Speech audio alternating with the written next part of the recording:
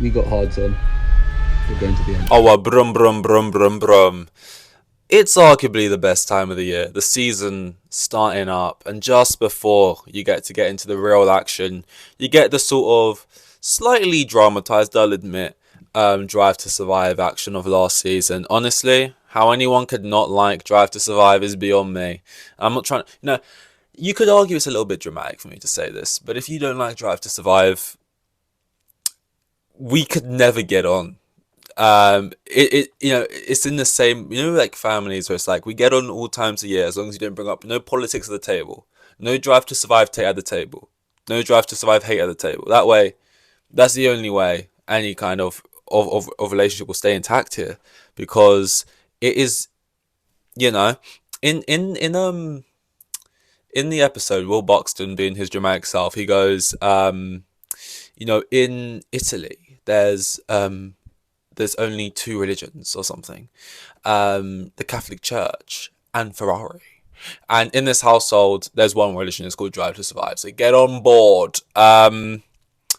Yeah. So I mean, now I got to defend Drive to Survive. Actually, before I get into the episodes and stuff, we're gonna kind of just talk about the season, last season, and Drive to Survive as a whole, favorite parts, bad episodes, good episodes, all that good stuff, right? And I got to do some defensive work for it. I got to Jon Snow versus the army. Not seen Game of Thrones, so I've seen that shot enough times, right? I got to sort of defend Drive to Survive here, so it's time to probably annoy a few people. But look, we gotta get real right now. We got to be honest. I got to be honest with you. And I got some notes written down because I was like, I need to come prepared. I need to come prepped with what I want to say. A lot of people don't like Drive to Survive. A lot of people don't like it. It's fake news, fake news. It's lies, fabricated. It's nonsense. We're being lied to. It's like lied. People love using that word, liar, calling Lewis Hamilton a liar because he said he used to play as Schumacher all the time, and then they saw another interview from however many years ago when he said he used to play as Kimmy all the time. Liar. It's like you're not being lied to. People are so dramatic. And for a lot of the reasons that people don't like Drive to Survive, which if you don't like it, that's completely fine. That's obviously just your opinion. But for a lot of the reasons, it kind of just comes down to like, oh, you're fun at parties. Like, that's just the kind of response. It's like everyone kind of has this sort of James Vows. If you've seen the show, you know. But James Vows is like this scene where he's being this like fountain of facts that no one's really asking for, and like they're ordering coffees and stuff, and he's like, yeah, actually, there's still actually caffeine in decaf. Yeah, yeah. Is that I'll get decaf, please. There's actually still caffeine in decaf. There's just not 120 or 200 milligrams, but there's still caffeine in it. You're being like, oh, yep, thanks, mate. It's like, look, if you don't like Drive to Survive because you can't get over them using like different shots sometimes when they're showing like particular drivers in this angle, or like they're using different radios from this race but they're using it in this scenario, it's like, well done, congratulations, your cinema sins. Like, it's really getting to you, like it's really bothering you, like, that radio was actually from Singapore, not Bahrain. Like, that shot that just flashed up on screen when they're talking about George Russell was actually Lewis Hamilton. Like, these types of things, right? And I just feel like, I don't want to say like you're missing the point. Like, this isn't like some Hitchcock fucking Kubrick. As much as I'm like, this is cinema, I'm not trying to like convince you that this is some high art. You just don't understand, because that's my least favorite thing. Look, here's a hot take from me. I don't like Lord of the Rings. So I've had the whole "you don't get it" done to me multiple times. I'm not trying to do that, right? But I just think a lot of times in Drive to Survive, they're telling like an overarching story. They're doing like a character arc. Like, we got this driver and we're trying to take him, right, from here to here. And like, you know, we're just trying to show like this is the vibe and the themes, right? And we're just trying to show that that as a whole is the truth. Like, what they're trying to show, that's the truth. What they're trying to present to you. Now, on the top of it, they might add a little extra radio, which isn't actually what was said here, or they might do this and that. Because overall, we're just trying to show he's pissed off in this scenario. This thing happens, then he's happy. We're just trying to show that in the best way. Maybe he didn't actually convey that he was pissed off in this moment with an actual radio, so to use it from this race, just so the audience gets across, no, he was actually pissed here. And that's just how it goes sometimes. Like, what's it called? In the last episode, I just watched that one now because I just really wanted to get all this off my chest, really. And like, it's like Charles Leclerc. He's like in the Alps or some shit. Like he's about to climb this mountain. And he's looking at this mountain he has to climb, and they're like, "Are you nervous for this next part?" And he's like, "No, I can't wait." You know, and then it mirrors like his season. It's like he's had this difficult season. Now it's the final push, the final mountain, but he's not afraid because ultimately this is his fucking job, and he's Charles Leclerc, and it's like, oh, cinema. You know, it's like, this is what we're here for. Vamos, man. Like, come on, like the shot selection, the editing, red, in Vegas, red or black, what are you putting it on? Civil War, the French drivers beefing. It's like, it's what we're here for. It's the decent little wordplay. It's like, a lot of people, right, when they're talking about Drive to Survive, it's like if you don't like it, cool, but it's like the flippant nature. It's like, oh, well, that's just for the newbies who don't get it. And it's like, obviously I'm biased because I got into the sport from watching Drive to Survive, right? But it's like, it doesn't mean I completely, at this point now, after it's been like a few years, still know nothing about the sport and I'm just completely like stupid. You know what I mean? It's just this flippant nature to Drive to Survive. Like, I get it's doing a good thing and what it's here to do to get the new casuals in. But if you actually know what's happening, you just can't watch it. It just can't be enjoyed. And it's like, no, I notice certain things. I'm like, oh wait, that's not. Or they're making it look like I just don't care. Like, I'm just enjoying it because it's good. Like that Braun documentary, I found it like, I watched one episode and I didn't watch anymore. I was like, they're telling what is probably an interesting story, but they're not telling it in an interesting way. And it's like I couldn't keep going with it because outside of it being like, oh, that's quite interesting, a pound, and they managed to be good. It's like we're just sitting in stark rooms and like watching back like very YouTube looking footage. Like it was just told in a boring way. I wasn't captured, you know. I think that Drive to Survive, like, and here's the thing, in terms of like edge of the seat, in terms of stuff, because most of people's nitpicks come from stuff which is race related. Like that shot was actually from Formula 2. That shot of the other driver, but they're talking about this driver. That radio wasn't there. Do they think we're stupid? Do they think we don't know this? And it's like, to me, yeah, that is a section where what I just said is more accurate. The whole getting new people in, because the only times I've ever really cared about the races was the first two seasons because I didn't know the results of most of the races. So when I'm there watching Hulkenberg, I'm like, oh my god, is he gonna get the podium? Like I've got no clue. And then I watch him not get the podium, and then I'm like, my heart is shattered for the guy. No one's watching Drive to Survive now to see the races we've all seen already. So if that's what you're watching it for, like I want to watch it back, it's like, there is a place where you can watch very accurate race highlights, and it's called the Formula One YouTube channel. Just go there. You know, this is like giving you like this. Like no other sport is really doing this. Like all the All or Nothing documentaries. Well, I don't actually know that. There might be for like NBA and shit. I don't know, but like for football, which is like my favorite sport, what I've spent my whole life watching. Like for that, it's like you get these All or Nothing documentaries that are basically puff pieces, and you get small, interesting moments. But like Drive to Survive, it's like it's a lot more raw, raucous. It's a lot more fun. You know what I mean? They're just trying to convey emotion, which they do, and they're gonna choose the best shot for that. And I rate it. Like this is our driver. He starts here. We're trying to show him get to there, and he ends there.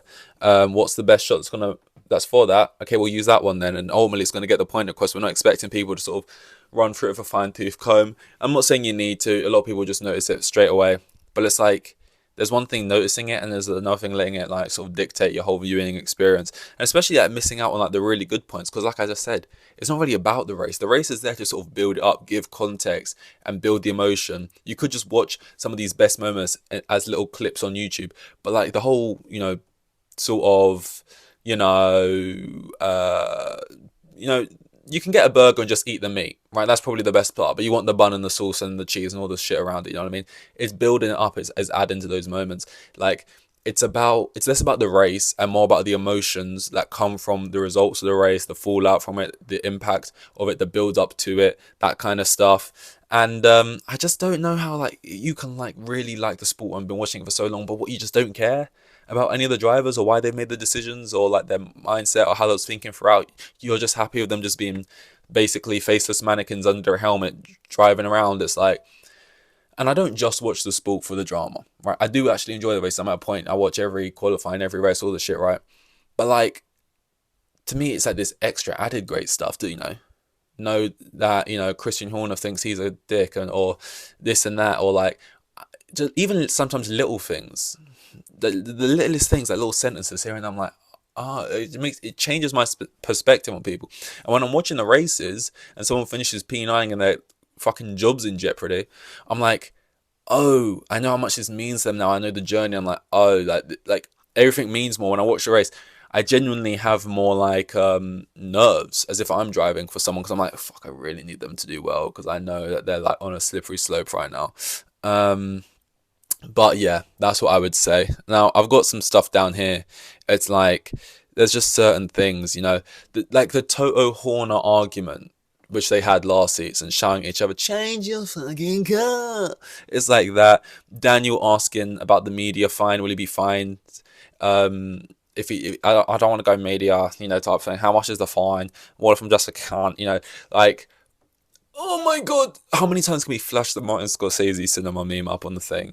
Like this season, Daniel testing in the Red Bull. Like, there's a scene in this season of Drive to Survive where Albon's basically talking about how Daniel's going to come back. He's saying exactly how Drive to Survive's going to shoot it. Nick DeVries, he's struggling, locks up, oh shit, bad, cuts to this Daniel. He's like, I'm back, fuck them all. And it's like, yeah, that's exactly how they're going to do it. We know the formula.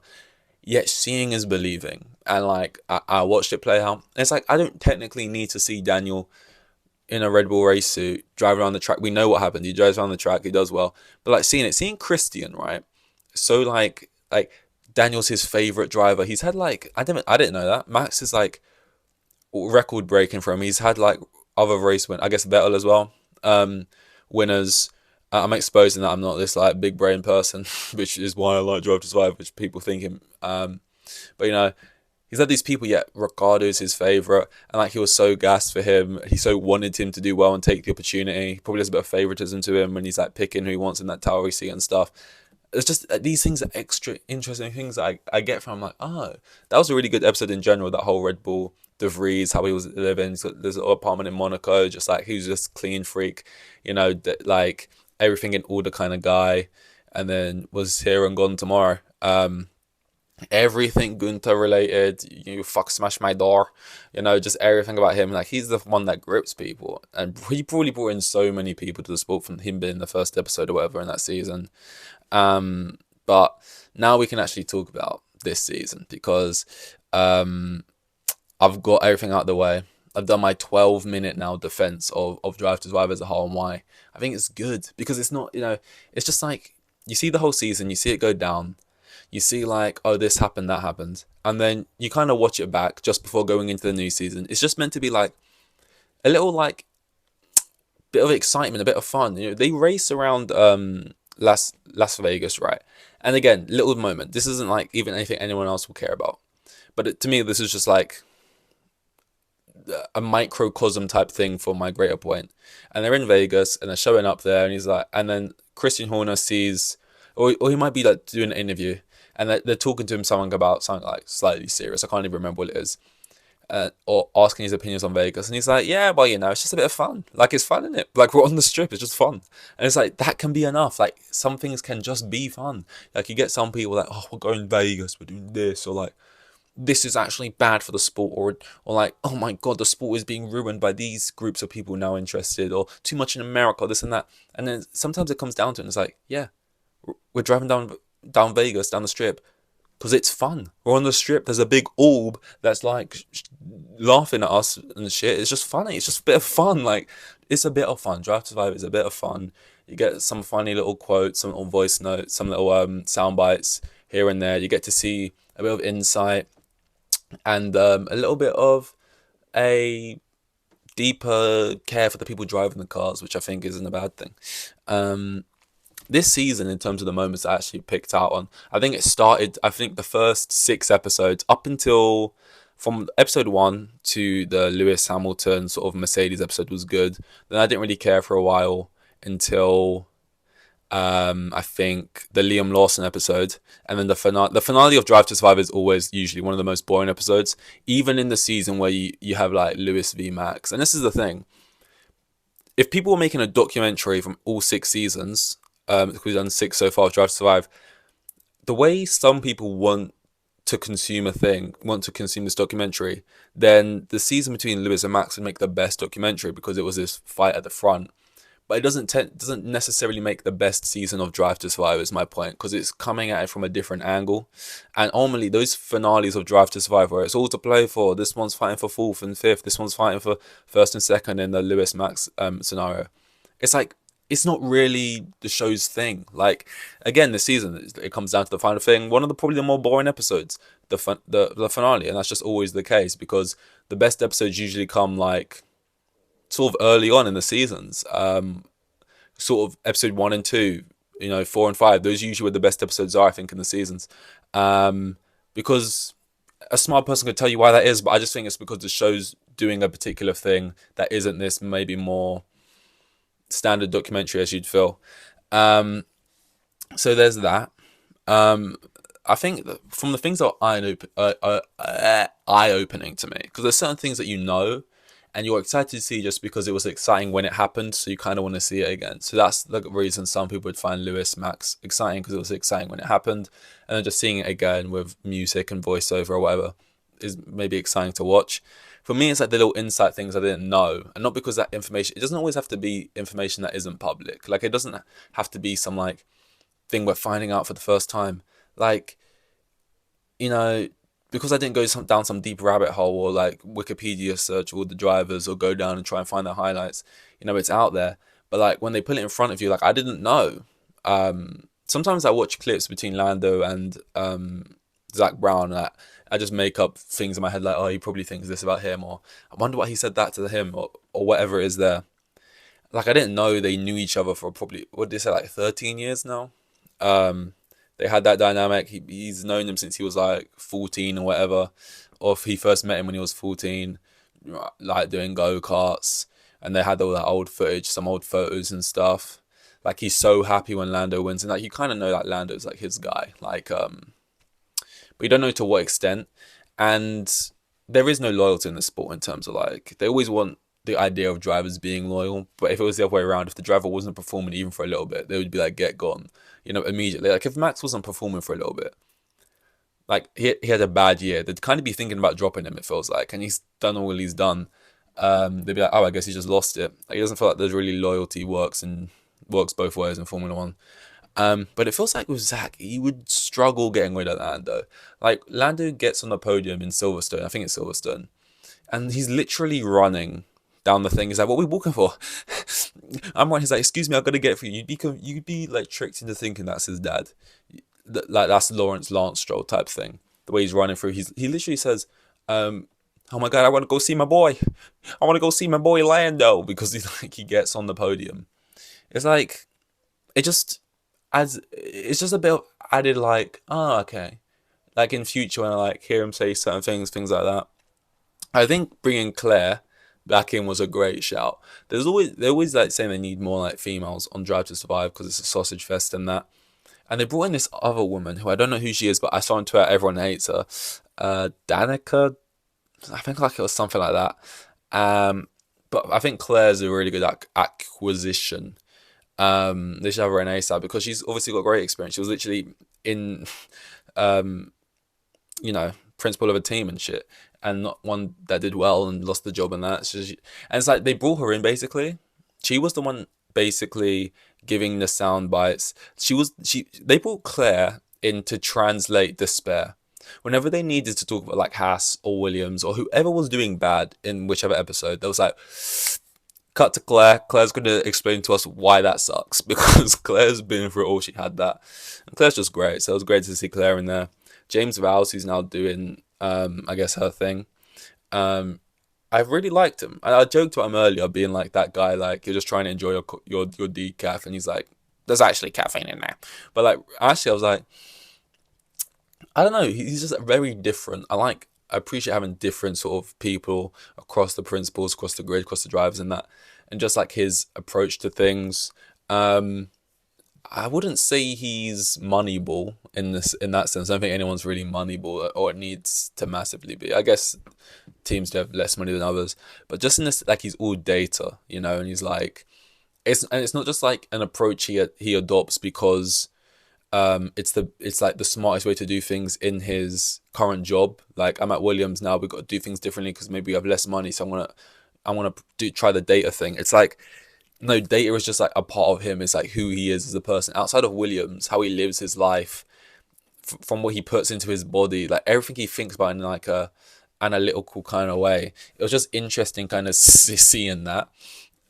It's almost like when I look at him, I imagine that out of his eyes, he's seeing like, obtuse angles and like little, dotted lines like Sherlock Holmes, and he's piecing it all together just by like the way his like, he thinks about shit. Again, just great cuts and editing. They'll tell you that people who don't like the show tell you that editing's bad because they cut to certain things that aren't actually from there, or that wasn't from this or this and that, right? But to me, it's like I just love the stuff when it's like they have this long drawn out scene. Yeah, caffeine. Decaf's actually got caffeine. I don't put caffeine into my body until the morning of, because there's actually studies shown that if you're constantly drinking coffee, then when you drink it, it's like a cup. It's not actually taking you to that elevated state. You get used to it, so it's actually only taking you to the normal state. So if you deprive yourself of the coffee and you have it when you really need it, then that's when you hit, the highs, I guess. You get high off coffee. You're not going to get high. I guess it's a concept makes sense. And he's doing all of that, and he's doing this whole chat about caffeine, about how he's like really particular about things, and it immediately cuts to Toto, and he's walking, and he's like, "Yep, extra large cappuccino, extra caffeine in it." It cuts to like Zach Brown or whatever ordering whatever he's ordering. It kind of just shows like how just the difference that in the men, in the people controlling these teams. You go into like episode 5. If you just jump to there, Gasly Ocon, the Civil War. To me, like, this one was the one where it could have been a lot better. Like, I could have known more, but they only want to reveal so much. Like, I understand that they don't like each other because they were friends, and when you race each other, you get annoyed when you always feel like someone's cut you up or done something to you, and then it just fractures the relationship. I guess Rosberg and Hamilton were apparently really good friends when they were younger. When you're racing against each other, then you're throwing hats at each other, you don't like each other anymore, right? But like the way they describe it is like from one single race, Gasly beats him, and then Gasly gets disqualified. Why did he get disqualified? I don't know. I could probably find this out if I googled it, but I'd appreciate the show sort of tells me. It's like Gasly didn't do the right thing. And it's like, I got disqualified. I kicked his ass, didn't like it. And it's like, why'd you get disqualified? What did you do? You guys don't like each other. You'll never be friends because one time in a race you beat him and he didn't like that. It's like they allude to things a lot. And it's like, just say, you're speaking to me like there's an elephant in the room. I don't see the elephant. Point to it. Like, where is it? Like later on, Zach Brown's like in the final episode, he's like, I got this text from Lawrence Stroll, bit mean. No, I wouldn't say it's PG. And the guy's like, what did it say? And he's like, I'll let you ask Lawrence. And it's like, stop the fucking show. It's like, what are you saying here? A bunch of like much ado about nothing sometimes, or much ado about something, but they just won't ever tell you. I think the best part of that episode was probably because also there's more things in the Alpine one. It's like that I would have been interested in seeing when like they were making Gasly let Ocon re-overtake at times, and Gasly was annoyed. I'd want to know about there. I think the only interesting thing from that episode was like when they were go-karting, you could see there was still that sort of competitiveness, and then Ocon like crashes in the go-kart because he's trying to go too fast and stay ahead. That was kind of cool there. But yeah, I would say it was decent, but they were definitely left a lot on the table probably. But they did ask Ocon like what else, and he was like, "Oh, just the personal stuff, I don't know, there's a bunch of personal shit." So I have to assume it's more than just, we got too competitive for our go-kart and so we don't like each other anymore. Another thing from a media day that I thought was interesting, just because everything I'm watching now, I'm watching it through Ferrari glasses. Like Hamilton ends up in Ferrari, so everything he says when he's like, "I'm going to retire here. I don't see myself leaving. I'm happy. I believe in the team, and I worked with Toto this long." Everything I'm watching through like a Ferrari mindset of, well, you go and you're at Ferrari, so what's changed? What happens really? Like when he's at the media day, the way it's edited, I'm sure he was there a bit longer. I mean, apparently he got up earlier than George, so I have to assume he was there for a while.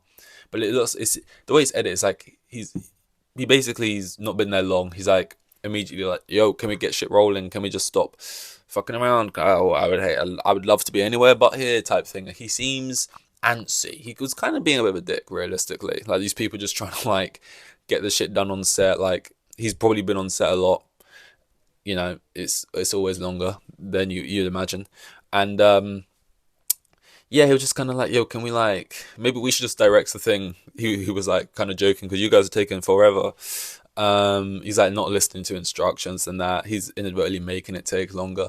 It's like he kind of just has this sort of antsy, but then he re-signs after this. But like, so obviously I'm making a lot out of, I'm looking into things because he then re-signs after that. But he has this sort of, but maybe this was during a point where the car was still bad. But he just has this sort of antsy kind of, I said antsy like 100 times, just kind of like wanting to rebel type thing, like, and not even really knowing why he wants to.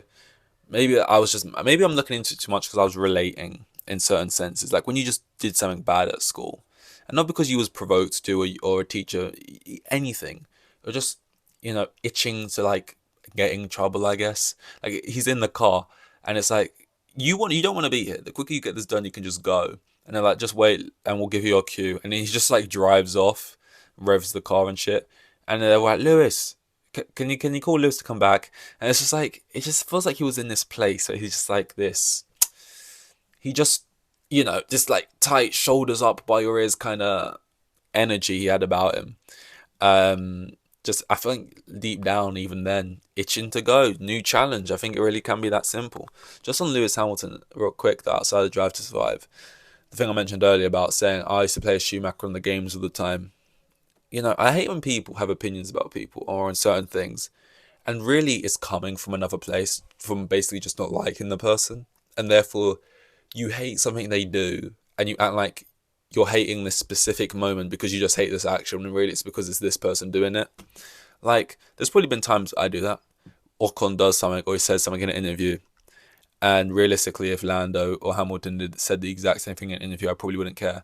Because I already don't like Ocon, I act like what Ocon's just done. Oh, why has he said that for? It's so annoying. And really, it's just because I don't like Ocon, right? When I say I don't like him, I actually don't. I'm indifferent to Ocon. But you know what I mean? People, I just read the replies. It's like, from that one comment, the LH should stand for liar and hypocrite. He's a liar. He literally said he always played as Kimi. He's just trying to sound good for the Ferrari fans. He just wants to look good for Ferrari. He's a liar. It's like everyone, the whole liar thing. I said, you're not, everyone's calling people a liar. I used to play as Chelsea all the time on FIFA, career mode. And then 5 years later, I used to play as West Ham all the time. Neither of those things can be a lie. You could have just played as both and more, And even outside of that, right? If you find a clip of me and it says, before I'm trying to get into heaven and God's there at the pearly gates, and he goes, before you come in, right? This is a quote from you in February of 2019. You said, God, it's freezing. I hate the cold. I hate it so much. Wish it would just be summer already, right? Here's a clip of you in August 2019. And you said, Jesus, hot. Might be too hot. Think I prefer the rain. So what's that all about, liar? Because no, don't cut me off. Don't do that. Don't say my name in vain. I'm literally standing right in front of you. This quote, you said you hate the cold. You wish it was sunny. And in this quote, you said you like the rain, you don't want it to be sunny. You're a liar. It's like, it's not lying, it's insanity. The hypocrite liar. He's just trying to say to sound good for Ferrari. No shit. It's like seeing a guy sign for a new team and he's like, oh, I'm so happy to be here. It's the biggest, it's a huge team, massive team. I'm so excited to get started and win trophies and shit. And then being like, we wouldn't have said that 6 months ago in your old club. Yeah, I wouldn't have. But now I'm here and things change. And of course you're trying to sound good. What are you talking about? Just craziness. Daniel being back in the Red Bull was just one of the coolest moments. them all talking about Daniel and this underlying like Daniel's back in this AlphaTauri, but like Will Buxton's like he's not just back for an AlphaTauri. He wants that Red Bull. Like Daniel Ricciardo is basically the what's his name, Edward Savarin. Um, what's the film? Social Network. He's the Andrew Garfield basically walking back in smashing a laptop. He's not just back for 15%. He's coming back for everything. He's 34. He's not just coming back for this puny AlphaTauri seat. And they played that so many times. Like he does his Mexico race, and they're like he's coming back for Perez's job basically. And then when Buxton's like, this is not just the story doesn't end here. This is a bigger story. The plot thickens. This is just part one. It's like, I didn't think of that because Perez, if he loses his seat, does that mean Lawson still doesn't get the seat because now Perez will get it and we'll step down to there? Perez being, I mean, Lawson, again, this being like a film in my head when I watch it, they're talking like, you know, when a driver gets injured, you need someone new, you're left scrambling. It's like, where do you turn to? And then, bing, Milton Keynes flashes up on screen. It literally mirrored in my head so perfectly Civil War. When I'm talking to Tony, like, what are we gonna do? We need someone else. And then Queen's, don't miss out, and the music comes on. It's like mirroring it in the same way. You got Lawson. I don't know how old he is, but he has this youngish demeanor, young kind of guy.